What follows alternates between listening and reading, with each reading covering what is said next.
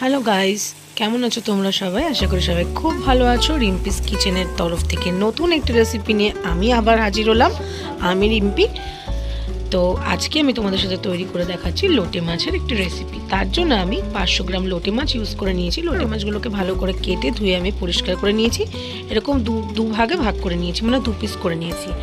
তারপর আমি ওর মধ্যে দিয়ে দিয়েছি কাঁচা লঙ্কা, রসুন বাটা 2 চামচ, রেসিপিতে ছোটো চামচের 2 চামচ। তার মধ্যে আমি দিয়ে দিয়েছি নুন, হলুদ, লঙ্কার গুঁড়ো। ভালো করে ম্যারিনেট করে নিচ্ছি। লোটে মাছে একটু রসুন বেশিই লাগে, নাহলে একটা আস্তে আস্তে গন্ধ বেরোবে।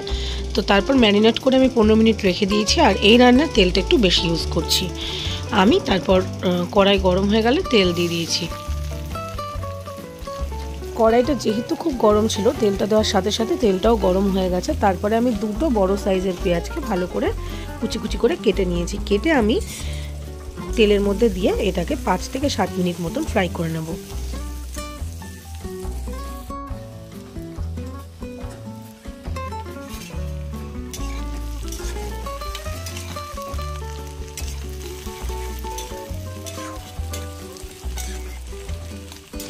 কিছুক্ষণ ফ্রাই করার পরে, যেহেতু হাই হিটে ছিল, দেখো পেঁয়াজটা অনেকটাই ভাজা ভাজা হয়ে গেছে।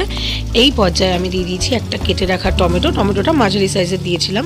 আর আমি টমেটো দেওয়ার পরই বরাবর নুন ইউজ করি, তাতে করে টমেটোর যে জলটা সেটা ঠিকঠাক করে বেরোয় আর খুব সুন্দর সেদ্ধ হয়। তারপরে আমি দিয়ে দিয়েছি পরিমাণ মতন হলুদ, দিয়ে ভালো করে এটাকে নাড়াচাড়া করে নিচ্ছি।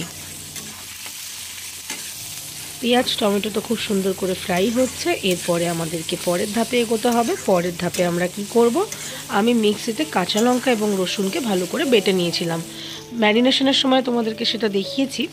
তো 1 চামচ মানে রসুন বাটাটা, সঙ্গে 3-4টে কাঁচা লঙ্কা রয়েছে, ওটাকে দিয়ে আমি ভালো করে মিডিয়াম ফ্লেম করে কষিয়ে নিচ্ছি, যতক্ষণ না তেলটা আর মশলাটা সেপারেট হয়ে যাচ্ছে।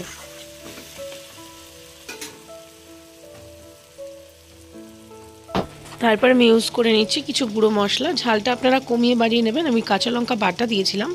এরপরে আমি দিয়ে দিয়েছি শুকনো লঙ্কার গুঁড়ো 1 চামচ মতন, মশলার কৌটোর 1 চামচ। তারপরে সামান্য, একদমই সামান্য, এটা আপনারা স্কিপও করতে পারেন, জিরের গুঁড়ো দিয়েছি 1/2 চামচেরও কম, মশলার চামচের। ভালো করে আমি এটাকে মিডিয়াম ফ্লেম করে নাড়াচাড়া করে নিচ্ছি, কষিয়ে নিচ্ছি। তারপরে ম্যারিনেট করে রাখা লোটে মাছটাকে দিয়ে আমি ভালো করে হাই ফ্লেম করে এবার কষিয়ে নেব।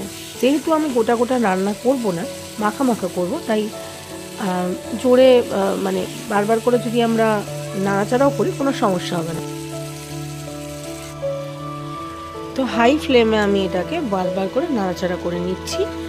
দেখো কি সুন্দর মশলাটা কষে গেছে।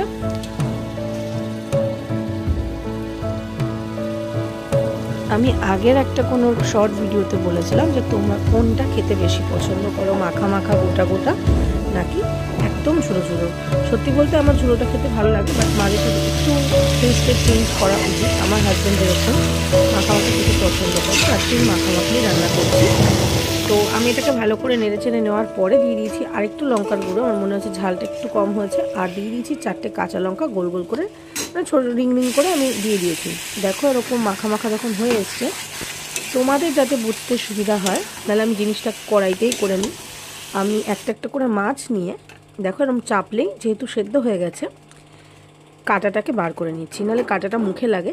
সব কাঁটা তো ওইভাবে করা সম্ভব না, বাট যতটুকুনি করা যায় ততটুকুনি ভালো। এইভাবে কাঁটাটাকে আমি আলাদা করে নিচ্ছি। অনেকে কিন্তু কাঁটাটাকে ফেলে না, আমি কিছুটা ফেলে দিই। তারপরে আমি আরেকটু কষিয়ে নিচ্ছি।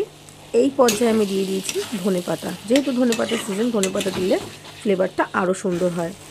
এইভাবে মাখা মাখা হয়ে গেছে। দেখো যত মাখা মাখা হচ্ছে কোয়ান্টিটিটাও অনেকটা কমে যাচ্ছে।